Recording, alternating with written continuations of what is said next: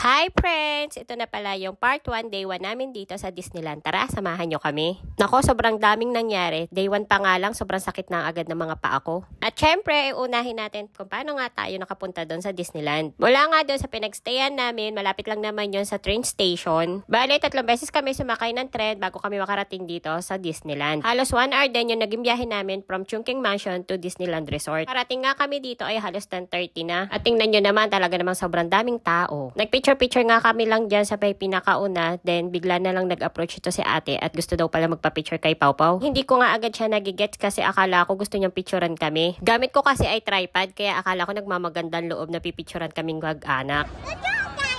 Let's get inside! Pau, Pau! Pau!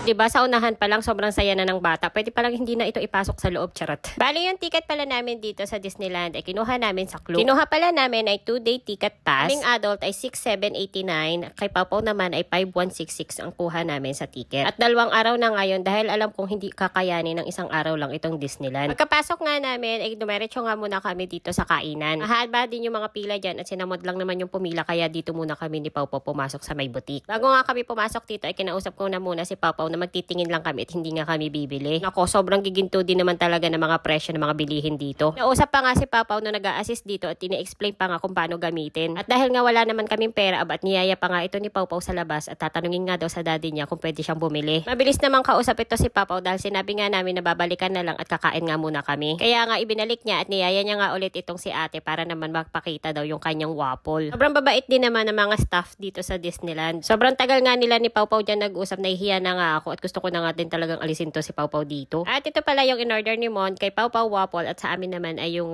turkey leg. Pero sobrang laki, promise. Para nga itong paana ng dinosaur. Charot. Yung isa lang yung kinain namin dyan ni Mod at yung isa nga iinuwi ko na lang. May rep naman sa bahay kaya pwede kami mag-stock din ng pagkain. Tapos nga namin kumain ay sakto namang start na nga din itong parade. Nag-i-start itong parade ng every 12:30 ata ng hapon. Then parang 10 minutes lang tumatagal yung pinaka-parade. Unang punta ko dito sa Disneyland, sobrang haba talaga ng parade nila compare ngayon. Sunod naman namin pinuntahan ay dito nga sa may castle. Nag-i-start na din kasi nung pinaka-show nila.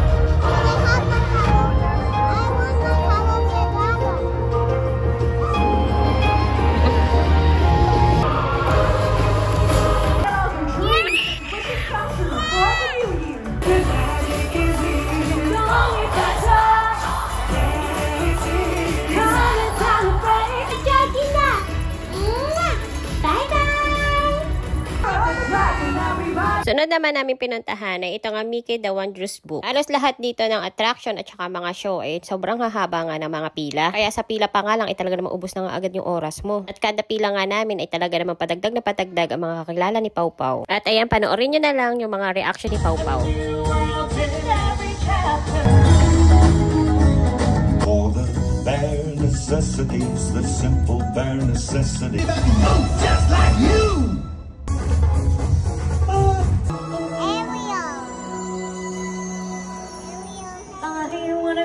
Where the people are, I will ride, I will fly, chase the wind and touch the sky. 個船人有冇斷開兩截？我又冇追你位咧，仲有好多其他嘢。 Look at her head! He's broken! You ain't never had a friend like me. Wishes and no lady. Let it go, that's alright, when spring comes on. Let it go, let it go. That is when the storm brings on. Never bothered me anyway.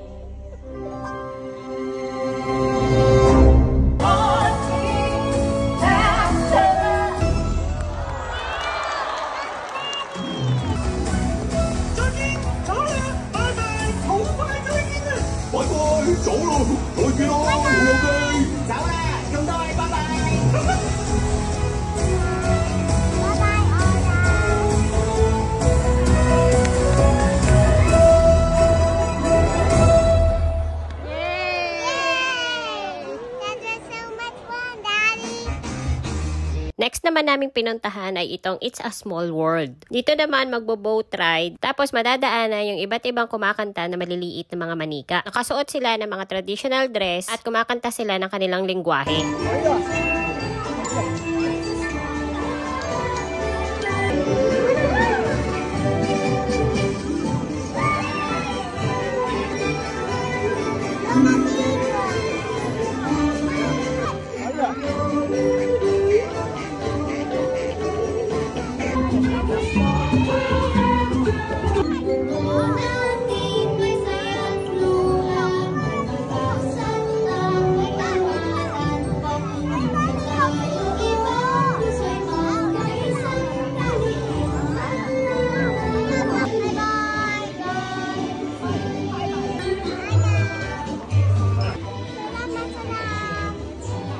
Sunod naman namin pinuntahan ay dito naman sa My World of Frozen. At dahil nga bago lang itong attraction na to, napakadaming tao dito. Kao-open nga lang nito last November at yung pila namin dyan talagang umabot halos ng 1 hour. Akala ko nga katulad lang din ito ng It's a Small World na magsasakay ka lang din sa bangka, pero hindi pala.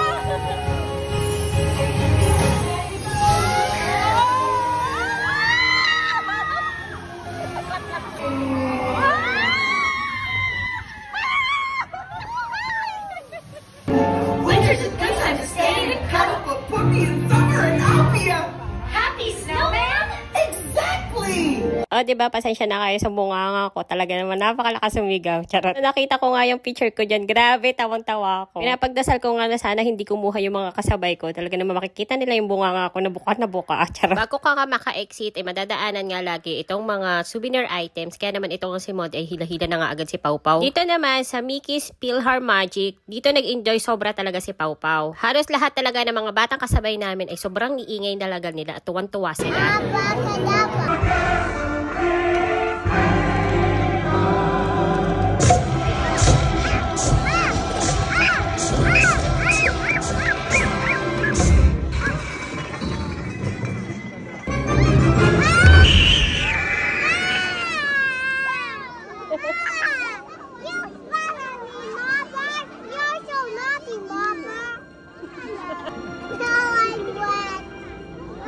Thank you.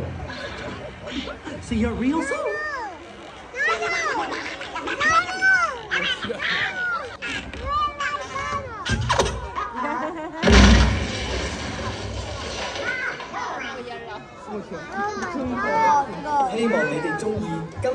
What happened? Dado broke the wall. She's so naughty. O, diba? Sobrang tuwan-tuwa at galak na galak nga ito sa saya si Pau Pau. Sunod naman namin pinuntahan na itong Fairy Tale Forest. Dito naman para tong maze. Tapos may iikutin lang kayo at may lalabas na dun sa pinaka-castle. Kapag pupunta nga kayo dito sa Disneyland, dapat mag-download nga kayo ng Disneyland app. Doon nga makikita ninyo kung gano'n nga katagal yung mga waiting time. Inuna namin yung mga pwede nga si Pau Pau na attraction or rides. Para sa kanya naman to, kaya kami pumunta, kaya siya talaga yung bida. Ang second time ko na rin naman dito sa Disneyland. Pumunta nga kami dito year 2017 ni Mod. At akala ko nga noon ay buntis na ako at sabi ko nga kay Mod ay babalik nga kami. Abot pa nga ng 7 years bago nga kami makabalik nga ulit dito. Sunod naman namin pinuntahan ay dito naman sa Toy Story Land. Medyo padilim na nga din dyan at talaga namang palamig na nga din. Ang last na sasakyan na nga lang namin ay dito nga sa Slinky Dog. Nag-decide na nga kami na ito na yung pinakalas na nga namin na sasakyan. Napapagod at nilalamag na nga din itong si Namod at saka si Ninang Lady kaya ayaw daw nilang mag-ride. Kapag sumakay nga sila ng rides ay lalo nga silang lalabingin dahil napapaspas pa nga daw sila ng hangin. Pagkatapos nga namin mag-rides doon sa may Slinky Dog na mahinga lang at kumain nga sila ng popcorn. Nag-start na nga din kami maghanap ng magandang pwesto para sa panonood ng fireworks. Yung iba nga dyan ay nakaupo na nga agad sa pinakaharap ng castle ng alas 6 pa nga lang. Yung fireworks naman ay mag-i-start naman ng 9 PM pa.